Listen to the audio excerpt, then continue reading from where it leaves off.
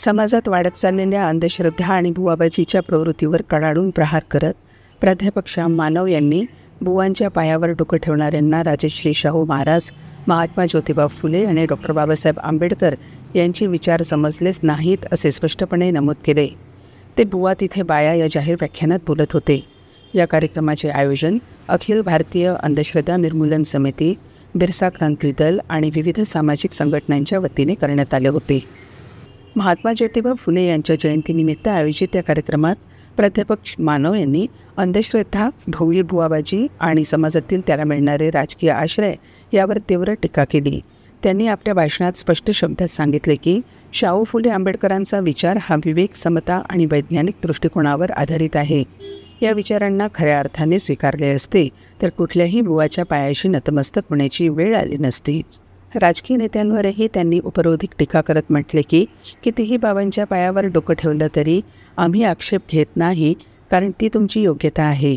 या वक्तव्यामुळे उपस्थितांमध्ये एकच खसखस पिकली, मात्र त्यामागील सामाजिक संदेशही त्यांनी ठळकपणे मांडला.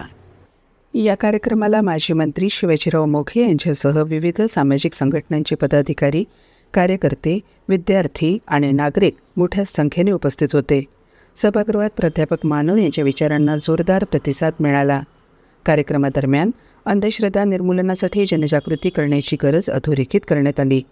समाजाने विवेकवादी दृष्टिकोन स्वीकारून बुवाबाजीला बळी पडू नये, तसेच विज्ञाननिष्ठ विचारांची कास धरावी असे आवाहनही यावेळी करण्यात आले. एकूणच बुवा तिथे बाया या व्याख्यानातून अंधश्रद्धेविरोधातील लढा अधिक तीव्र करण्याचा संदेश देण्यात आला आणि शाहू फुले आंबेडकरांच्या विचारांची आजच्या काळातील गरज पुन्हा एकदा अधोरेखित झाली. पण शाहू फुले आंबेडकरांचा विचार तुम्हाला कळावा आणि तो जीवनामध्ये अंमलात आणावा अशी अपेक्षा करण्याइतकी आम्ही दूधखुळे नाही. तुम्हाला आंबेडकर, शाहू फुले एवढेच माहीत आहे जसे पोथीमध्ये वाचण्यासाठी आवश्यक असतं तेवढ्यापर्यंत.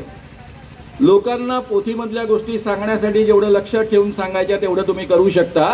पण तुम्हाला जर बाबासाहेब आंबेडकर खऱ्या अर्थानं कळले असते, शाहू महाराज खऱ्या अर्थानं कळले असते, तुम्हाला जर फुले कळले असते, तुम्हाला जर खऱ्या अर्थानं शिवाजी महाराजांचं काम कळलं असतं तर तुम्ही कधी धीरेंद्र कृष्ण महाराजांच्या, नरेंद्र महाराजांच्या पायावर डोकं ठेवण्याची हिंमतच केली नसती. यामुळे आंबेडकर तुम्हाला कळण्याची या जन्मात तरी शक्यता नाही. मला अधिकार कोणी दिला? जेव्हापासून मला कळायला लागलेला आहे, वयाच्या 19व्या वर्षापासून मी सामाजिक जीवनामध्ये आहे.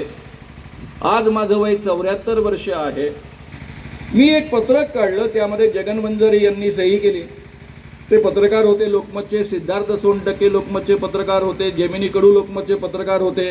आणि आम्हा 4-5 लोकांच्या सहीनं ते पत्रक आम्ही पाठवलं, वृत्तपत्रात प्रसिद्ध केलं.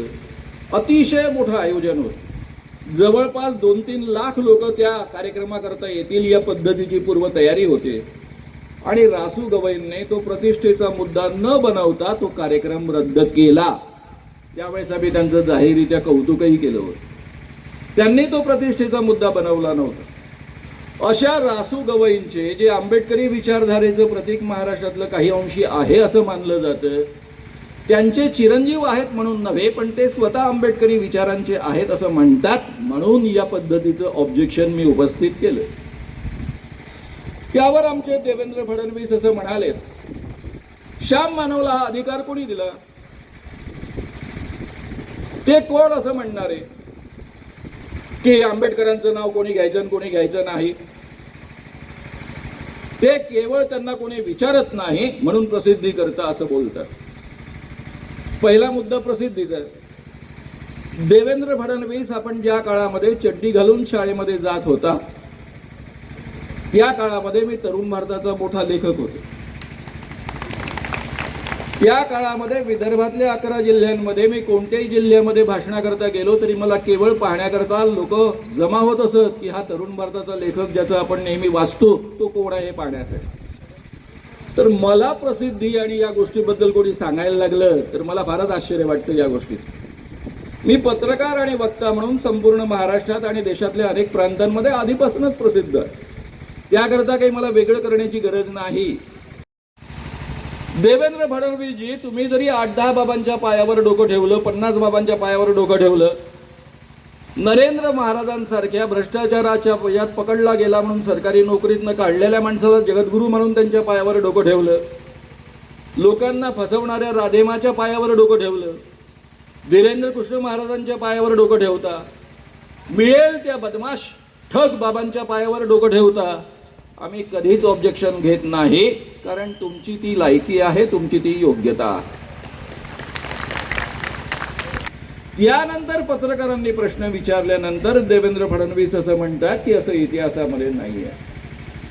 म्हणजे यांना अजूनही गो ब्राह्मण प्रतिपालक शिवाजीच लोकांपर्यंत पोहोचवायचा आहे, पण नाईलाजानं तो पोहोचवता येत नसल्यामुळे मग वेगळं स्पष्टीकरण द्यावं लागतं, अशी मजबुरी दिसते आहे.